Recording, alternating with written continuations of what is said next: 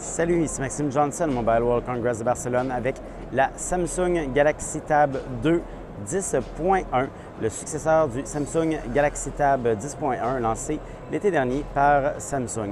Alors, la nouvelle tablette, je vais être franc avec vous, il n'y a vraiment pas beaucoup de différence. C'est vraiment une mise à jour vraiment mineure. Alors, on a un design qui est quand même assez semblable à l'ancienne. Il me semble peut-être un petit cheveu plus épais. Mais sinon, donc, on a encore un processeur double cœur à 1 GHz.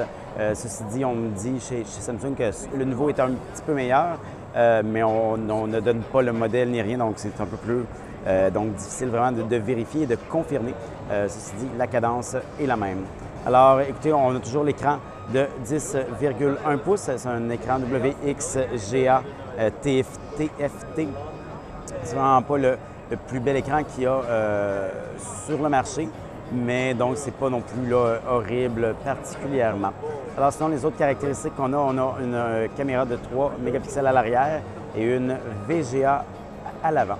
Donc sinon, l'autre grande différence par rapport à la Galaxy Tab originale, c'est le système d'exploitation. Alors ici, on a Android 4.0, Ice Cream Sandwich, alors que malheureusement, l'autre tablette de l'année dernière, la Galaxy Tab 10.1, est toujours sous Honeycomb, mais on espère encore une mise à jour vers Ice Cream Sandwich. Donc, celle-ci, c'est encore une fois avec l'interface TouchWiz de Samsung. Donc, on peut voir quelques changements, entre autres dans les paramètres.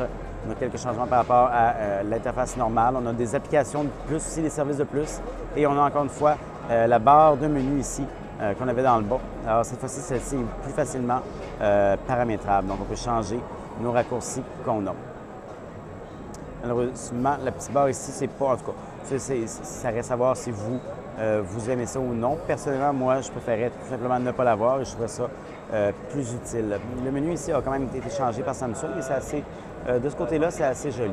Donc, la Galaxy Tab 2 10.1, on n'a pas encore de lancement. Oui, au détail avant, on a donc deux haut-parleurs ici vers l'avant qui permettent d'avoir le son vraiment en fait, qui permettent deux choses. Qui permettent, un, d'avoir le son vers soi lorsqu'on écoute un film, et deux, de ne pas se faire poursuivre par Apple pour dire que le design est le même. Donc vraiment, ça donne un petit changement par rapport à la première Galaxy Tab. Donc, comme je disais, la Galaxy Tab 2 10.1, c'est vraiment un appareil quand même assez d'entrée de gamme pour une tablette de 10 pouces.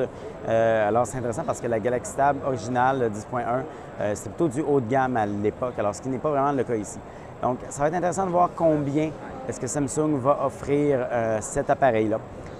Personnellement, j'espère que ce ne sera vraiment pas trop cher, vraiment que ça va être moins cher que la génération actuelle. Sinon, ça va être peut-être un petit peu difficile de justifier son achat par rapport aux tablettes le plus haut de gamme qui se vendent déjà à environ 500 $. Alors, pour avoir plus d'informations sur la Samsung Galaxy Tab 2 10.1, je vous invite à consulter mon site web maximejohnson.com/techno.